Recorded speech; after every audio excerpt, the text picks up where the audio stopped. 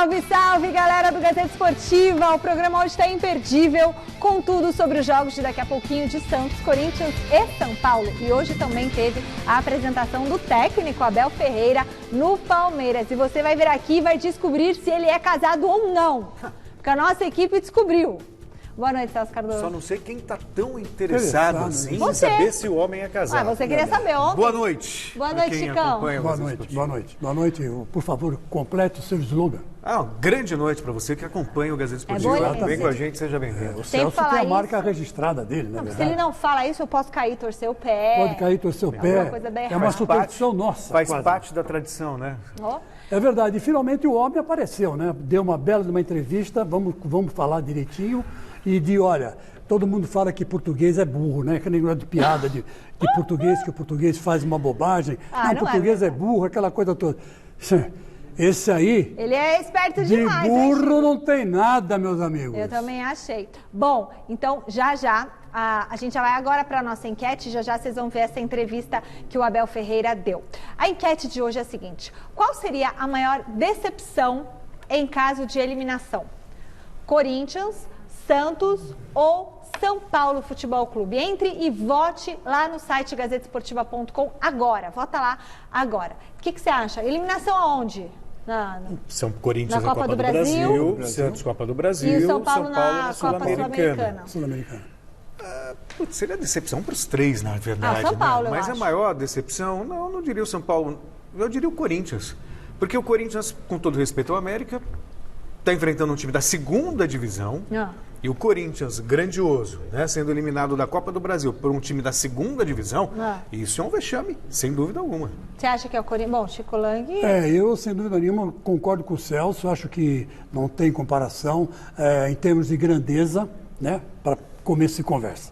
Em termos de salário, o salário do Corinthians é 12 milhões e meio por mês, o salário dos jogadores do Corinthians. O salário dos jogadores do América não chega nem a 1 milhão por mês, 1 milhão e pouco por mês. Quer dizer, é uma vergonha na cara que obriga os jogadores do Corinthians a correrem e se dedicarem muito mais que os do América. Nós vamos falar bastante desse jogo. Taticamente vai ser um jogo difícil para o Corinthians. Bom, então daqui a pouquinho a gente fala bastante sobre esse jogo. Manda o seu WhatsApp pra gente no número 11 99 479 1633 sobre a sua opinião aí sobre a nossa enquete, tá? O São Paulo entra em campo já no Morumbi. O tricolor precisa acabar com uma péssima sequência em mata-matas para eliminar o Lanús. Eu acho que a decepção para mim seria o São Paulo sendo eliminado de novo de uma competição. E o Osmar Garrafa chega ao vivo para contar o que o time do Fernando Diniz precisa fazer para avançar na Copa Sul-Americana. Boa noite, Garrafa.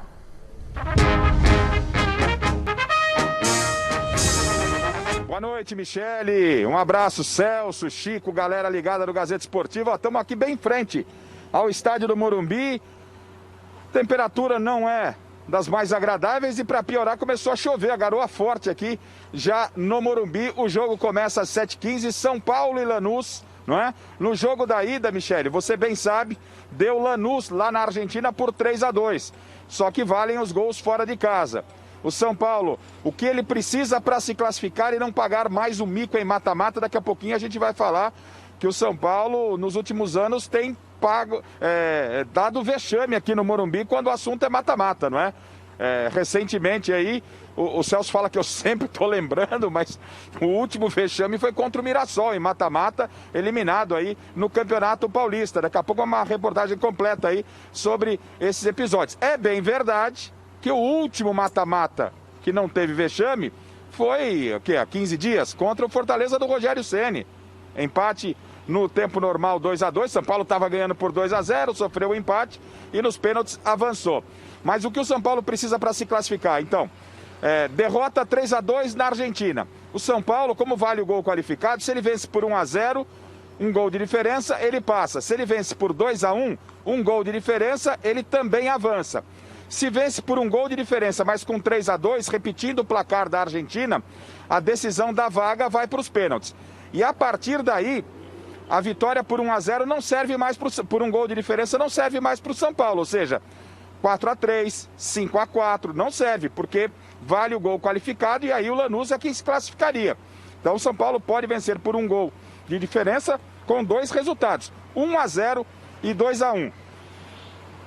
Desculpe. E vale lembrar também que o time deve ser praticamente o mesmo que venceu o Flamengo bem no Rio de Janeiro no último final de semana. Venceu aí por 4-1. O Tietê deve ser mantido na lateral direita. A boa notícia é que o Hernanes está à disposição. O jogador está liberado pelo departamento médico. O mesmo acontece com o Juan Fran. Os dois devem ficar apenas como opção no banco de reservas. E o Volpi é a grande esperança do São Paulo, caso vá para os pênaltis. Porque o Volpi está numa fase que eu vou te falar, viu, Michele? O Volpi está, nesse momento, se tornando o novo paredão do São Paulo, Michele. E como é bom, né, quando a gente tem um paredão, um jogador no qual a gente deposita muita confiança. Bom, não é fácil para o São Paulo, Celso. Se você falar que é, eu vou discordar de você. Não, mas não vou falar não, porque realmente eu concordo que não é fácil. Mas o São Paulo poderia ter ganho o jogo na Argentina. Sabe, quando o jogo estava 2-2, o São Paulo chegou a fazer 1-0, 2-1, e aí tomou a virada. E mesmo quando estava vencendo o jogo, teve bola na trave, teve um gol que para mim foi equivocadamente anulado. Então o São Paulo poderia ter vencido na Argentina e pode vencer aqui também nessa noite. O São Paulo tem mostrado futebol para isso. O São Paulo está com confiança. Repito, o São Paulo tem o melhor aproveitamento do Campeonato Brasileiro. Eu fico abismado com essa coisa de, sabe, essa coisa bipolar. Ah, hoje venceu, lindo, amanhã perde, horrível. Meu, é futebol. Sabe? Futebol é você assim, ganha, perde, isso faz parte do jogo. A importância é você manter a regularidade. São poucos times no mundo que conseguem ganhar tudo que disputa. É verdade. Então vamos ter o Flamengo ano passado, né? Pois é, mas só que ficou 5 anos aí, ficaram tirando o sarro do cheirinho. Do cheirinho que não Futebol é trabalho, nada. gente, tem que ter paciência. É que existe uma soberba, sabe? Existe uma arrogância. Aí você tem 20 clubes no Campeonato Brasileiro, a gente está falando de Sul-Americana, mas só para dar um exemplo. E aí tem 12 clubes, pelo menos, que acham que o time tem obrigação de vencer. Quer dizer, 11 vão ficar frustrados. A Sul-Americana é a mesma coisa. É um torneio que dá para o São Paulo ganhar? Dá. Mas mata-mata muitas vezes tem um imponderável. Como teve, inclusive, de São Paulo e Mirassol, que São Paulo finalizou 23 vezes, Mirassol finalizou 4 e ganhou o jogo, e até hoje falam que isso é um vexame. Você sabe que a única dificuldade que eu vejo aí, Celso, é que o Campeonato Brasileiro é um, e a Copa Sul-Americana é outra, né? O sistema de mata-mata é diferente do sistema, vamos dizer assim, de pontos corridos. Porque no pontos corridos tem como você se recuperar. No mata-mata, se você tiver uma noite ruim, daquelas, está chovendo demais, você entrou com a chuteira errada, isso tudo pode influenciar. E eu acho que, por exemplo, da diferença do Flamengo para o Lanús, é que o Lanús não vai deixar o São Paulo jogar. Porque para o Lanús interessa o 0-0. Então, o que ele vai se fechar e vai esperar o São Paulo vir para cima. Agora, toda vez que aconteceu isso e o São Paulo foi para cima, ele conseguiu propor o jogo? Às vezes sim, às vezes não. Contra o Flamengo, o que aconteceu? O Flamengo jogou aberto e deixou jogar. E o São Paulo, então, aproveitou os espaços e aproveitou muito bem. Por exemplo, né? O Igor Gomes, por exemplo. Será que o Igor Gomes vai ter espaço hoje para criar? Ou vai entrar o Hernanes no segundo tempo no lugar dele? Para segurar mais a bola ou tentar penetrar pelo meio ou pelas laterais. Quer dizer, é um jogo diferente do jogo do Flamengo. Então, o São Paulino que se prepare, porque não vai ser tão fácil assim. Bom, e o Corinthians tem missão de buscar a classificação fora de casa na Copa do Brasil hoje. O Jonas Campos está na nossa redação, vai contar a estratégia do Timão para vencer o América Mineiro na Arena Independência. Boa noite, Jonas. Fala, Michele, boa noite a você, ao Celso, ao Chico, todo mundo que acompanha o nosso Gazeta Esportiva. Pois é, Michele, jogo de ida, né? Sempre bom lembrar, na Neoquímica Arena, o América Mineiro venceu, surpreendeu o Corinthians, vitória por 1-0. Hoje, duelo da volta no Independência, Minas Gerais. Corinthians precisa vencer por 2 ou mais gols de diferença para avançar de maneira direta às quartas de final da Copa do Brasil ou por 1 gol de diferença para levar a decisão para os pênaltis, né? A cara do Corinthians, esse sofrimento todo, mas enfim, precisa vencer de qualquer maneira essa equipe do América Mineiro, que no momento é a 3ª colocada da 2ª divisão. No fim de semana perdeu para o Avaí, o Lisca doido, o treinador, até poupou alguns jogadores visando a Copa do Brasil. Duelo de hoje, 9h30 da noite. Bom, Corinthians precisando de 2 ou mais gols de diferença, o que preocupa é que isso só aconteceu 5 vezes na atual temporada. O Corinthians só conseguiu 5 vitórias no ano por 2 ou mais gols de diferença. A última delas a gente até separou para vocês aí. Vitória por 3-1, a gente coloca aí na tela, para cima do Coritiba pelo Campeonato Brasileiro. As outras 4 vitórias por 2 ou mais gols de diferença foram pelo Campeonato Paulista. Então o Corinthians vai precisar fazer algo atípico, né, em relação ao que está habituado na atual temporada. E para tentar surpreender o América, o Ramiro, meio-campista que deve ser titular, falou sobre os planos do Coringão para o duelo de logo mais. Olha só. Acredito que a estratégia de jogo seja bem semelhante à que foi aqui em São Paulo, né? Obviamente que a gente vai querer fazer um jogo tecnicamente e no fator concentração talvez e motivação melhor do que a gente fez aqui, que a gente sabe que deixou a desejar. Mas eu acredito que a estratégia nossa e do adversário seja muito parecida com o que foi aqui, né? Eles buscaram explorar bastante contra-ataque, que a gente teve a maior posse de bola, conseguimos trabalhar diversas vezes no campo do adversário, mas não conseguimos finalizar muitas jogadas, não tivemos êxito no último passe. Então acho que esses fatores a gente tem que trabalhar, tem que melhorar e sem dúvida nenhuma colocar o coração na ponta da chuteira, porque a gente sabe que é um jogo muito importante para o nosso ano, para a nossa temporada, e que a gente define muita coisa aí dentro da Copa do Brasil nessa próxima partida. Pois é, jogo decisivo e, ó, gente, vale vaga nas quartas de final e vale também uma graninha boa, né? Fundamental, ainda mais nesse contexto de pandemia, crise financeira. Quem avança para as quartas de final da Copa do Brasil já garante aí mais 3,3 milhões de reais aos cofres, né? Então é bastante importante, principalmente para o Corinthians, para o América Mineiro, obviamente, um clube de segunda divisão, esse dinheiro ajuda aí muito, mas para o Corinthians, que vive uma crise financeira nesse ano para lá de conturbado, importante em dose dupla esse jogo, pela pressão, né, de avançar às quartas de final e também por essa graninha que é sempre muito bem-vinda, né, Michele? Ah, toda a graninha é muito bem-vinda, né? Ainda mais num ano como o nosso, isso é muito importante. A gente não pode desconsiderar o fato de que a pandemia traz um estrago gigantesco. O Corinthians, jogando em seu estádio, ele fatura em média 2 milhões de reais. 2 milhões e meio. Por né? jogo, 2 milhões e meio. Imagina, num ano são mais de 24 milhões, 25 milhões. E com um detalhe, né? Porque agora o André já solucionou o naming rights, já não tem mais aquele consórcio que cuidava, né? Que todo o dinheiro arrecadado ia para o consórcio. Agora está tudo equalizado, não tem mais o Odebrecht, a dívida com a Caixa está acertada também. Então quer dizer que a renda do Corinthians que entrar agora, boa parte dela vai ser para pagar a Caixa, é verdade, mas vai sobrar uma porção também para contratação. Claro, então a gente está falando, né, de 2 milhões e meio, dá aproximadamente 10 milhões por mês, que é uma quantia, fora outras alternativas de negócio quando você tem público nos estádios. E a gente está jogando sem público desde julho, já são 4 meses. 4 meses. Então, isso fora o tempo da paralisação, né? Então, são 8 meses de caos financeiro, de pouca receita, só dinheiro da televisão. Então, isso tudo é complicado. Estou vendo um gato. É um gato. Também estou ouvindo um gato. Que isso, Zé? É um gato que não é você, né? É tido como um gato. Vai que é um gato raivoso que entra aqui e ataca a gente, hein? Enfim, que não seja um gato preto na vida do Corinthians. Vamos lá, gente. Olha, eu vou dizer uma coisa para vocês. Esse jogo do Corinthians vai ser um jogo igualzinho ao que aconteceu na Neoquímica. O América não vai sair. O América vai ficar na sua defesa e vai tentar ganhar o jogo por uma bola. Aí você fala assim, mas pera um pouco, o Corinthians ganhou do Internacional que era o líder do campeonato brasileiro. Ganhou, mas é porque o Internacional menosprezou o Corinthians, essa é a grande verdade. Né? Não deu a atenção devida aos contra-ataques e caiu na armadilha do Wagner Mancini. Mas dessa vez o Corinthians tem que propor o jogo. E como é que vai ser a proposta do jogo? Muito bem, vamos aproveitar aqui, vou chamar o Silvestre, antes quero aqui o Pietro, que hoje faz aniversário, 18 anos, essa criança, nosso telespectador aí, filho do Marco Jardim, que é nosso telespectador, sempre participa aqui conosco. Olha, o português Abel Ferreira foi apresentado oficialmente hoje no Palmeiras.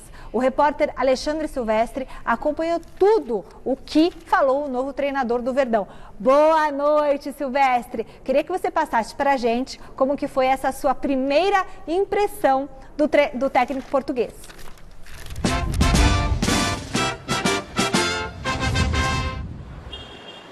Boa noite, Michele, Chico, Celso, amigos e amigas, a melhor possível. Rapaz bem articulado, convicto, respondeu a todas as perguntas. Mais de 1 hora de entrevista coletiva virtual no início da tarde de hoje. Mas antes da gente mergulhar de cabeça nas palavras do Abel Ferreira, eu queria mostrar uma imagem de ontem, durante o primeiro treino comandado por ele aqui na Academia de Futebol, quando antes da bola rolar para valer, ele reuniu toda a rapaziada que trabalha na academia, do porteiro, desses meninos que ficam aqui na portaria do CT do Palmeiras, até o presidente, demonstrando empatia com os novos colegas, demonstrando também o espírito de equipe, um espírito coletivo do Português. E agora sim, a gente vai falar com ele a respeito do primeiro endereço de Abel Ferreira no Brasil. Porque eu me recordo que em 1990, Tele Santana, quando chegou para comandar o São Paulo, morou aqui do ladinho, no CT da Barra Funda. Fizeram até quadra de tênis pro Tele. Tele ia lá às 6 horas da manhã recolher erva daninha do gramado. E o Português irá morar aqui de início. Avenida Marquês de São Vicente, número 2650. Fala, Abel Ferreira. Tem condições para morar aqui. Eu atravessei o Atlântico, não foi para vir para aqui fazer férias ou conhecer a cidade. Vim para aqui para trabalhar junto ao clube, vim para aqui para ganhar, vim para aqui para ajudar a estrutura e os jogadores a crescerem. Essa é a minha principal objetivo, é a minha missão. E, muito honestamente, acho que gosto das cores verde e branco, é algo que é o destino, se calhar, mas é algo que me persegue na minha carreira enquanto jogador, enquanto treinador. E o Andrei falou nisso ontem, falou do tempo, que não há aqui. Eu não quero saber disso. Eu vivo a minha vida particular e profissional com muita intensidade. Eu não penso a longo prazo. Andrei Lopes, citado pelo Abel Ferreira nessa resposta, tem sido o principal aliado dele nesse início de trabalho do Palmeiras. Técnico interino que fez um ótimo trabalho, entregou o bastão com um time em franca evolução e que vem passando para o Português todas as informações dos jogadores, internas do Palmeiras e também do futebol brasileiro. Sobre calendário, daqui a pouquinho tem mais Abel Ferreira aqui no Gazeta Esportiva, mas sobre calendário brasileiro, ele entende que é uma grande maluquice, mas não pode servir de desculpa, porque vale também para os rivais, Michele. É verdade, falou pouco, falou bonito. Aliás, ele falou muito, né? Deu 1 hora de entrevista. Eu gostei muito da chegada dele. Eu vou falar uma coisa para você. O que eu gostei dele é que ele, sendo português, ele fez questão de ser entendido pelo nosso português. Falou devagar, falou bem, claro. Falou bem, falou claro, com um sotaque, é verdade, mas um sotaque muito leve. Porque não tem como tirar da noite para o dia. Exatamente. Né? O que não acontecia com o tal do Jorge Jesus. Os judeus que ficam falando tudo junto, uma palavra na outra, e você não entende nada que eles falam. Exatamente, era obrigado a botar legenda para entender o que ele falava. Né? Nós aqui chegamos a essa conclusão e adotamos essa linha editorial, porque o cara falava e ninguém entendia nada. Mas você sabe que isso, Chico, não é necessariamente má vontade. Assim como nós temos vários sotaques no Brasil, em Portugal você tem vários sotaques também pelo país. E como é uma língua pátria, você acha que todo mundo vai te entender claramente. Às vezes você só percebe isso quando você está no local. E aí você se esforça para se fazer entender. Mas já houve uma boa vontade da parte dele. Claro, mas e talvez esse negócio já seja... de reunir o pessoal no meio campo, falar com o pessoal, até com os porteiros, que também precisam. Foi maravilhoso, foi um super equipe, um espírito bacana. De liderança isso. Espírito de liderança. Chegou chegando, falou, chegou chegando, agora quem manda aqui sou eu. Viu, Adorei. presidente? Quem manda aqui sou eu. Mas como a gente não tem bola rolando ainda sob o comando dele, na verdade, as impressões que a gente tem é dia a dia, a gente vai descobrindo, é positiva num primeiro momento, não me encanta, não me ilude, mas dá indícios de que o trabalho pode ser bom. Até porque a gente conhece também muitos treinadores que falam bem, são bem articulados e o resultado nem sempre aparece. E tem uma coisa que ele reclamou, que a entrevista toda foi feita por internet, né? Porque agora tem pandemia e tal. E ele falou assim, por que eu não estou a ver os repórteres? Ai, que fofo, gente! Vamos eu quero todo ver mundo quem lá. fala, eu quero conhecer os repórteres. Quer dizer, até a imprensa ele quer conhecer, ele quer saber quem é quem. Quer dizer, isso demonstra uma capacidade né? Uma boa vontade. O cara chegou... Coisa que treinador brasileiro não tem, né? Não tem. Pelo contrário. Mas Detesta olhar o repórter. Mas às vezes também nem o estrangeiro. Nem todo treinador brasileiro, vamos combinar. Mas olha, isso é muito legal, muito bem observado, Chico Lang. E outra, eu acho que também, se você fizer com um bom distanciamento, de 3 metros, um repórter do outro, põe todo mundo sentado no campo, faz uma coletiva dele lá, céu aberto, olha que maravilha. É que ele quer conhecer as pessoas com quem ele está conversando. Mas veja só, né? Protocolos são protocolos. Vai chegar um dia que todo mundo vai poder estar junto. Uma sala fechada, não, mas no campo de futebol, por que não? Vamos com calma. Olha, o Alexandre Silvestre, deixa eu perguntar uma coisa pra você, meu filho. Divide a tela, que dá pra dividir o Silvestre pra eu ver ele aqui do meu lado? Silvestre... Não divida o Silvestre. Ontem a gente queria saber aqui no Gazeta Esportiva se o português... Não, você queria saber. Não, todo mundo quer saber. Não, eu não. A mulherada, né? Pra mim não faz a menor diferença. Não, a mulherada quer saber, inclusive eu, se esse português é casado, porque ele veio muito rápido pro Brasil, né? E eu acho que quando o homem é casado, tem filhos, demoraria um pouco mais esse esquema todo. Tô achando que ele é solteiro. Me engano, Silvestre?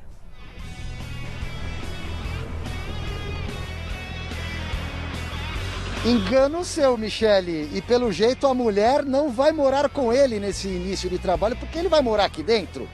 É impossível a esposa. Não sei se é casado no papel, se é namorada, tempo de duração de relacionamento, intensidade do relacionamento, mas que ele tem alguém, que ele tem uma companheira, uma parceira, ele tem.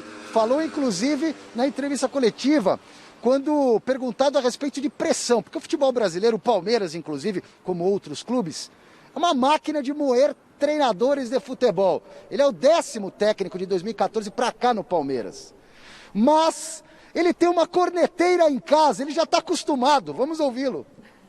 Matei a minha mulher quando chego a casa e porque tirei um jogador ou meteu outro, até ela me xinga. Porquê é que fizeste isto? Porquê é que tiraste daquele? Porquê é que meteste outro? Também tu? E algum disso vai ter que acontecer, eu desde que sou treinador profissional das primeiras equipas, ainda não foi despedido. Mas vou ser seguramente um dia. Isto é coisa que para mim é natural, faz parte do processo. E nós sabemos que quem anda no futebol é ou mata ou morre. Isto, vivemos na selva.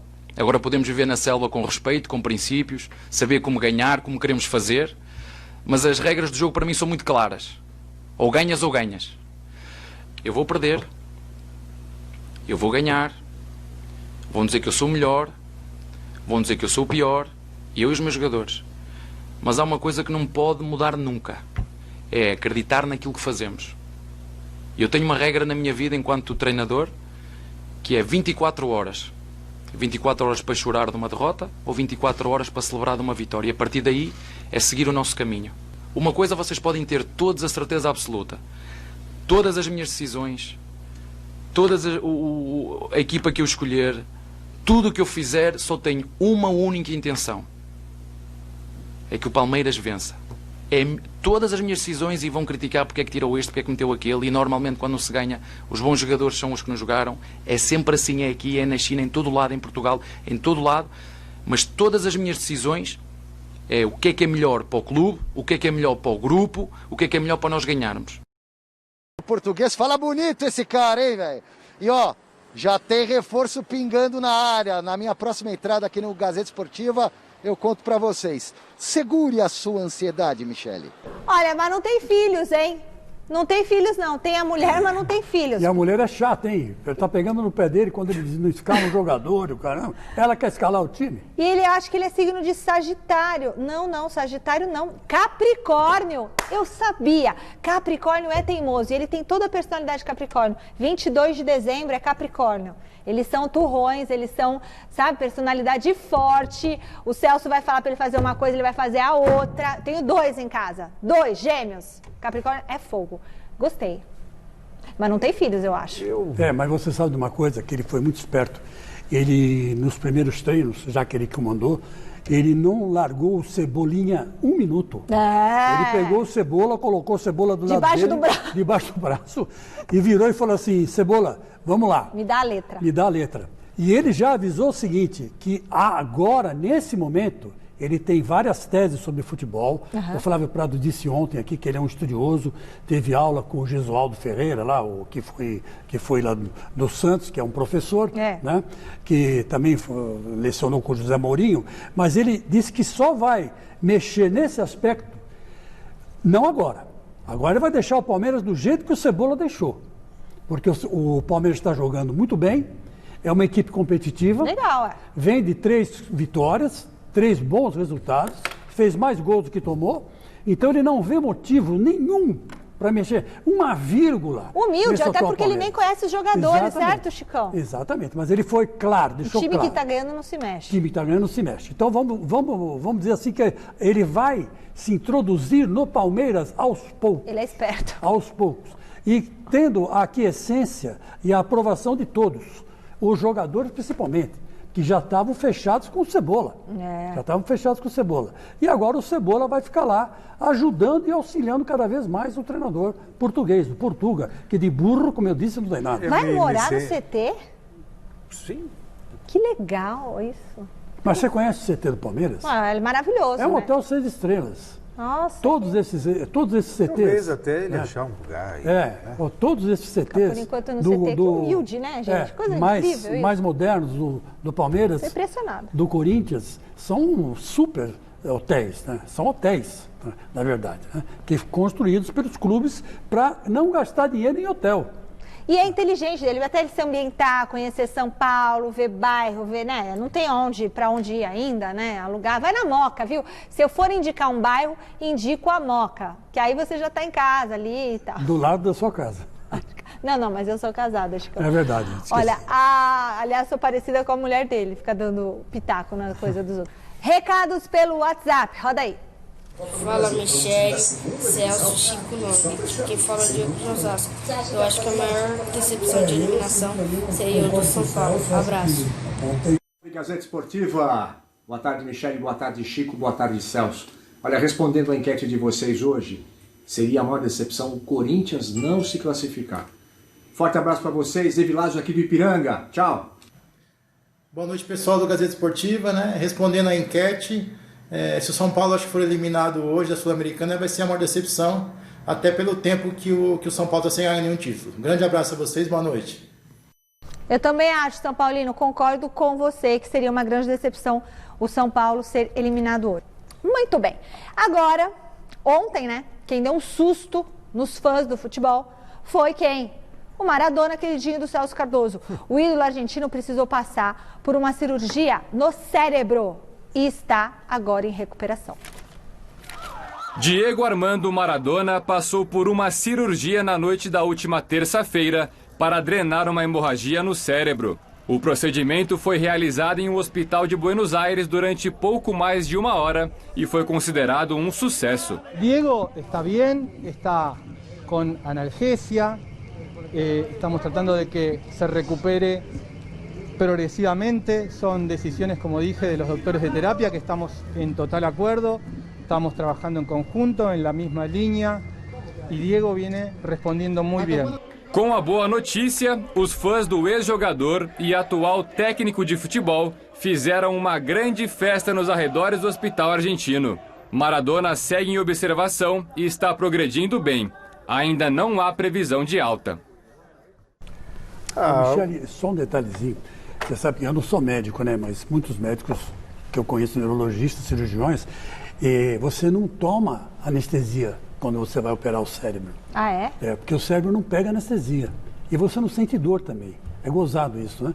É uma característica. Então, ele operou, eu acho que ele fez, deve ter feito uma vamos dizer assim, uma drenagem, né? Tá. Uma drenagem do líquido que estava a mais. E está aí com boa saúde. Tomara que fique nisso, né? Nossa, está acabado para a idade que ele tem, né, Celso? Mas também... Viveu bastante bem, né? Viveu bastante bem, já passou também por problemas de saúde. Achei que você ia falar que ele passou da hora. Ele teve problemas com obesidade no passado, nós até acompanhamos, mandamos uma equipe para Buenos Aires para acompanhar o Maradona enquanto internado. Na ocasião, não me lembro se era 2007, 2008. Foi o Garrafa que foi para lá? Não, foi o Marcos Garcia. Marcos Garcia. Acompanhamos de perto. Não, acho que foi até mais recente, mas enfim. torcer para a recuperação do Maradona. Maradona, para mim, depois do Pelé, foi o maior de todos, né? E que ele possa maior que o Messi? Maior que o Messi. Maior Cristiano Ronaldo? Maior Cristiano Ronaldo. Muito bem, vamos saber agora a escalação do São Paulo para o jogo contra o Lanús. O repórter Osmar Garrafa está de volta direto do Morumbi para confirmar os 11 titulares escolhidos pelo Fernando Diniz. Fala daí, Garrafa.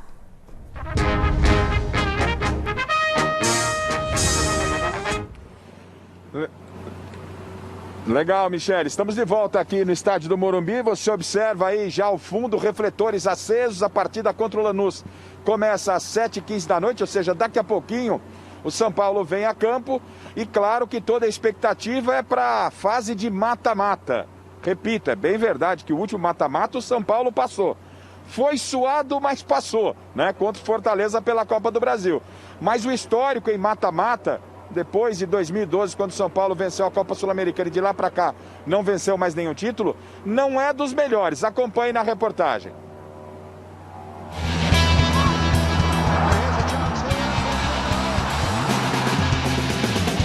Os números são claros. O São Paulo dominou o futebol brasileiro na primeira década dos anos 2000. Na ocasião, era conhecido como Papa Títulos, e seus torcedores ostentavam e comemoravam conquistas importantes, como o Tricampeonato Brasileiro, Libertadores e Mundial de Clubes da FIFA. Só que nos anos seguintes, a maré mudou. Em 2012, o clube venceu a Copa Sul-Americana e de lá para cá só colecionou eliminações. Um total de 26 na chamada fase de mata-mata. Detalhe importante, hein? 9 dessas quedas foram em casa, em pleno estádio do Morumbi. Já são quase 8 anos sem comemorar um único título. E o pior é que muitas das eliminações aconteceram diante de clubes de menor expressão. No Campeonato Paulista, o tricolor ficou pelo caminho, não superando Penapolense, Audax e Mirassol. Na Copa do Brasil, eliminações para os modestos Avaí, Juventude e Bragantino.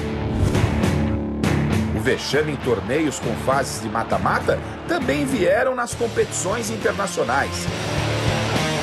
Em 2013, a Ponte Preta derrubou o tricolor na Sul-Americana.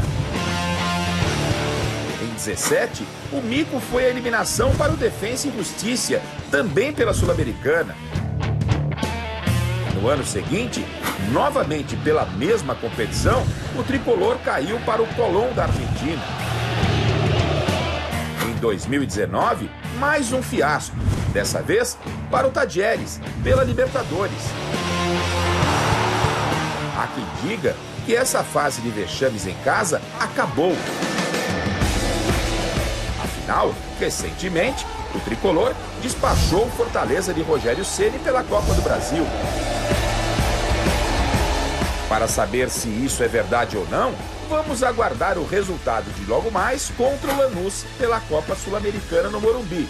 Para passar a próxima fase, basta o São Paulo vencer por 1-0.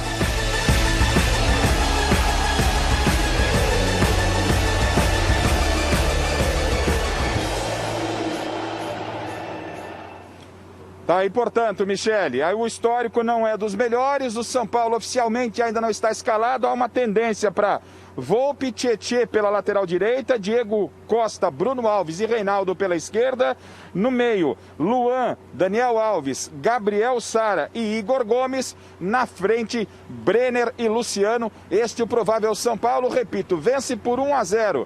Está qualificado, 2-1 está qualificado, 3-2, decisão nos pênaltis. A partir daí, a vitória terá que ser por 2 gols de diferença, Michele. Parou de garoar por aqui, já é uma boa notícia, Michele. Ainda bem, porque você estava já tossindo, eu estava preocupada aqui com a sua tosse.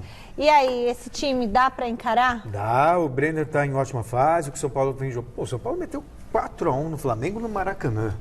Claro que a característica do Lanús dificulta um pouco mais porque é um time fechado. Cheio de argentino, esse é o problema. Tudo bem, mas time por time, o São Paulo está com moral, está com condições. O São Paulo precisa de uma vitória simples. Diferentemente da Copa do Brasil, né, que não tem o gol marcado fora de casa, que eu acho um retrocesso. né? Na Sul-Americana e na Libertadores isso está mantido. Então, você faz um gol na casa do adversário, você tem vantagem quando joga em casa. Então, o São Paulo vence por 1-0, 2-1, como disse o Garrafa, está classificado. E é isso que importa. E o São Paulo tem condições de avançar. E passando pelo Lanús, o São Paulo tem boas condições, inclusive, de sonhar com o título do torneio. E olha que legal, Chico Lang, o Garrafa acertou a escalação. O São Paulo acabou de divulgar a escalação e é exatamente a que o Garrafa falou pra gente. Olha lá. Aí, ó, o Garrafa deu aqui, minutinhos antes e tá certinho, bate certinho com a escalação do São Paulo. O Garrafa manja muito. Aliás, o Fernando Diniz ouviu o que o Garrafa falou e pegou a mesma escalação. Eu não veria por que ele mudar, né? Porque, afinal de contas, como disse o Celso, 4-1 no Flamengo é um resultado histórico. Não é para mexer, né? Não é para mexer mesmo. Só que vai ter que mexer na tática, né? Se a tática no Maracanã for esperar o Flamengo e tentar pegar no contra-ataque... Precisa fazer o gol. Agora precisa fazer o gol. Então ele vai ter que jogar um pouco com a linha de defesa um pouco mais adiantada. E aí, né? É que é o problema. O meio campo um pouco mais adiantado e tentar segurar a bola no campo do Lanús, né? Que vai ser uma coisa que o São Paulo tenta fazer e às vezes consegue, às vezes não.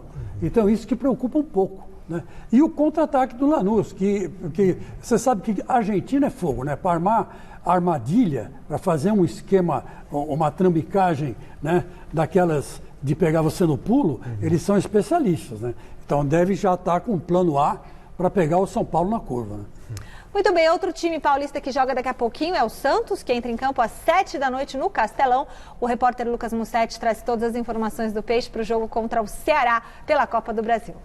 Boa noite, Michele. Boa noite para todo mundo que acompanha o Gazeta Esportiva. O Santos tem uma grande decisão dentro e fora de campo logo mais contra o Ceará, a partir das 7h pelo jogo de volta das oitavas de final da Copa do Brasil. O Santos empatou em casa no jogo de ida 0-0 e precisa vencer o Ceará fora de casa para avançar no tempo normal. Qualquer empate leva essa decisão para os pênaltis. Mas fora de campo também há uma grande preocupação porque o Santos não tem dinheiro suficiente para pagar os salários de outubro na semana que vem, que é semana do 5º dia útil. A premiação para avançar das oitavas para as quartas de final é de R$3.300.000. A diretoria do Santos conta com esse dinheiro. O Santos avançaria hoje e o presidente em exercício Orlando Rolo iria até a CBF já amanhã, na quinta-feira, para pedir um adiantamento desse dinheiro, juntar com os recursos atuais no caixa do clube e poder pagar os salários. É uma preocupação grande se o Santos não avançar. Certamente vai atrasar ou vai ter que depender de uma venda, de um empréstimo, enfim. Vai ter que bolar alguma alternativa. Quer dizer que hoje é dia de decisão em campo para o Santos avançar para as quartas de final e também dos jogadores decidirem se vão receber o salário em dia. Michele, é isso, um abraço para vocês e bom final de programa a todos. Valeu, Mussetti, bom trabalho para você. E o Santos já está escalado para esse jogo, tá? Vamos lá, ó. João Paulo no gol, Madson, Luiz Felipe, Luan Pérez e Felipe Jonathan, Diego Pituca, Jobson e Jean Mota, Caio Jorge, Marinho e Soteldo. Tá bacana o time do Santos. Tá bacana. O time principal. Sim, é o time principal. É o que o Cuca tem. Claro, falta o Santos que está machucado, né? Tirando os jogadores que estão fora de jogo, mas é um bom time. É um time que tem feito uma boa campanha no Campeonato Brasileiro. Tem uma tarefa árdua que é vencer o Ceará fora de casa. Lembrando que se o jogo terminar empatado, você tem ainda a chance dos pênaltis. O Santos já ganhou do Ceará pelo Campeonato Brasileiro, jogando em Fortaleza. Então, está aberta a disputa e eu vejo o Santos com possibilidade de vitória, possibilidade de classificação. Ainda mais com o Soteldo e Marinho, né? Para mim, são os dois melhores atacantes pelos lados no Campeonato Brasileiro. É verdade. E esse negócio de estar devendo, né, não é só o Santos, não. O Santos está devendo os tubos. Tanto é verdade que o presidente Rolo veio a público e disse que o clube está à beira do abismo, né? Então, quer dizer, uma vitória hoje daria esses 3,5 milhões aí para o Santos, daria um alívio. E não é só outubro, não. O Corinthians está devendo 3 salários. O Corinthians está devendo 3 salários. E tem uma dívida de mais de 1 milhão. Né? O São Paulo, segundo o Roberto Natel, candidato, né, junto com o Júlio Casares, deve 800 milhões de reais. Então, quer dizer, e o Flamengo, o seu controle, Celso Cardoso, eu quase caí de costa hoje, não pagou os prêmios e os bichos da Supercopa, da Recopa e do Campeonato Carioca. Ué, mas por quê? Dinheiro não está faltando lá? Não deveria faltar. Flamengo? Né? Não deveria estar faltando, mas está. É óbvio, eles não estão pagando. Mesmo você tendo... O Flamengo teve dinheiro que conquistou e tal, mas também tem o mesmo problema. 8 meses não tem a arrecadação que teria com o público nos estádios, sem pandemia e tudo mais. Folha de pagamento alta. Folha de pagamento alta, fez alto investimento. É natural que passe isso. Ou seja... Eu estava vendo o Botafogo, por exemplo, tem um faturamento de 800 mil reais mês no atual estágio. E gasta 10 milhões por mês. Então faz uma conta do rombo. São praticamente 9 milhões de reais por mês. No final do ano, isso são 100 milhões de reais de dívida, de déficit. Complicado. Jonas Campos está de volta para falar como o Corinthians deve entrar em campo. O técnico Wagner Mancini hoje já deu pistas aí do time que enfrenta o América Mineiro, Jonas? Dá para imaginar alguma coisa, viu, Michele? Principalmente por causa do último jogo, né? O Corinthians conseguiu um grande resultado em casa contra o Internacional pelo Campeonato Brasileiro. A tendência é que o Mancini mantenha pelo menos essa base. Inclusive o garoto Matheus Dabó, que fez o gol da vitória, deve ser mantido como titular, até porque Jô e Bocelli muito provavelmente fora dessa partida por questões físicas. Então o Corinthians, que precisa fazer 2 ou mais gols de diferença para avançar de forma direta às quartas de final, vai com a seguinte equipe provável, né? Porque o jogo é só 9h30, mas a gente brinca aqui de fazer uma adivinhação desse time do Wagner Mancini. Cássio no gol, Fagner na lateral, miolo de zaga com o Marlon e com o Gil. E aí uma informação interessante, o Gil chega hoje a 258 jogos com a camisa do Corinthians, entra no top 50 aí dos jogadores que mais atuaram pelo clube. E na esquerda o Lucas Piton, e aí a gente lembra que o Fábio Santos já defendeu o Atlético Mineiro na Copa do Brasil e portanto não pode defender o Corinthians nessa competição. Meio campo com o volante Xavier, titular absoluto, inclusive deve ser valorizado pela diretoria esse jogador. O Ederson também ali como parceiro do Xavier ali na volância. Um pouco mais à frente, Ramiro, Casares. E aí a dúvida para o substituto do Otero. O Otero que vive a mesma situação do Fábio Santos, já defendeu o Galo na Copa do Brasil, não pode defender o Corinthians. Ali na ponta esquerda pode entrar Matheus Vital, Léo Natel ou quem sabe o Everaldo, que até chegou a ser titular com o Wagner Mancini em algumas ocasiões. E lá na frente o garoto Matheus Davó, 21 anos, deve ter sequência na equipe titular do Wagner Mancini, que chega ao 6º jogo no comando do Corinthians. Até aqui em 5 partidas, são 3 vitórias e 2 derrotas. Hoje mata-mata, valendo vaga nas quartas da Copa do Brasil. Gostaram desse esboço de Corinthians, Mi? O que vocês acharam? Gostaram? Diga, Chico, pode falar primeiro. Olha, eu lamento muito, né, que não vai poder jogar com o Otero, né? Lamento muito, porque o Otero teve um papel espetacular diante do Internacional de Porto Alegre, né? Ele marcou muito bem, né? Coisa que ele não estava conseguindo fazer porque ele estava fora de preparo físico, estava com o pior preparo físico do mundo, né? Agora, o Matheus Vital é aquela coisa, é uma enceradeira, né? O Matheus enceradeira. Ele roda com a bola no pé e não sai dali, né? E às vezes quando chega cara a cara com o gol, você vai falar, bom, agora ele marca, ele manda a bola lá do outro lado do mundo, né? Quer dizer, é um time que não me agrada, exatamente porque não vai ter o Fábio Santos na lateral esquerda. Esse menino Lucas Piton corre, parece um trenzinho, sabe, um trenzinho? Mas jogar que é bom, ele não joga, né? Ele não tem aquela técnica apurada ainda. Talvez seja garoto, com o tempo melhora, né? Vamos dizer assim. Mas se ele desce, ele volta, mas ele volta estabanado e deixa sempre um buraco atrás de si próprio. Então quer dizer que o Corinthians hoje é um time que você olha e fala assim, não sei não se vai dar. Concordo contigo. O Corinthians vai ter problemas contra o América, mas tem que tentar jogar. Pelo menos se vencer o Internacional no sábado, tem um pouco mais de moral. Está faltando confiança. Lucas Piton, eu sempre achei um bom jogador, mas ele está apresentando deficiências na marcação e tem se apresentado muito pouco. Falta um pouquinho mais de agressividade das ultrapassagens. Já vi jogos do Corinthians que tem a chance de fazer ultrapassagem e ele não faz. Talvez seja o momento dele ousar um pouquinho mais, até porque o Corinthians vai precisar de agressividade contra o América. Tem que vencer por 2 gols de diferença. E olha, e uma burrada que o Sanches fez rapidinho. Contratou o Sid Clay, que está afastado, e deixou de trazer o Guilherme Arana. Que bolão que está jogando o Guilherme Arana no Atlético Mineiro.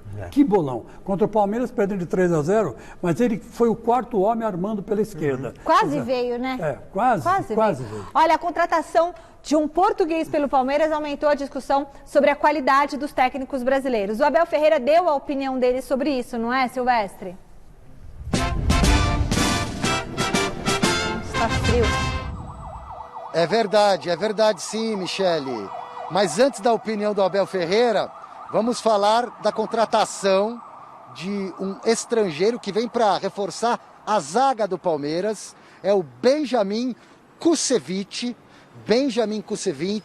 zagueiro de 24 anos, chileno, com passagens pela seleção, pelo Real Madrid B, também estava jogando na Universidade Católica. E o interessante, os íntias da Católica, os torcedores da Católica, lamentaram muito a saída desse cara. Então, deve ser coisa boa. E mais, se foi indicação do Abel Ferreira, ele já chegou dando chapéu em outro gringo, no Sampaoli, porque o Atlético Mineiro estava de olho no Benjamin Kusevich, Michele. E agora sim, as impressões de Abel Ferreira sobre os técnicos brasileiros. Para muita gente aqui mesmo no Brasil, a imagem do treinador brasileiro está arranhada, mas o português pensa diferente. Nós aprendemos muito com os treinadores brasileiros lá em Portugal.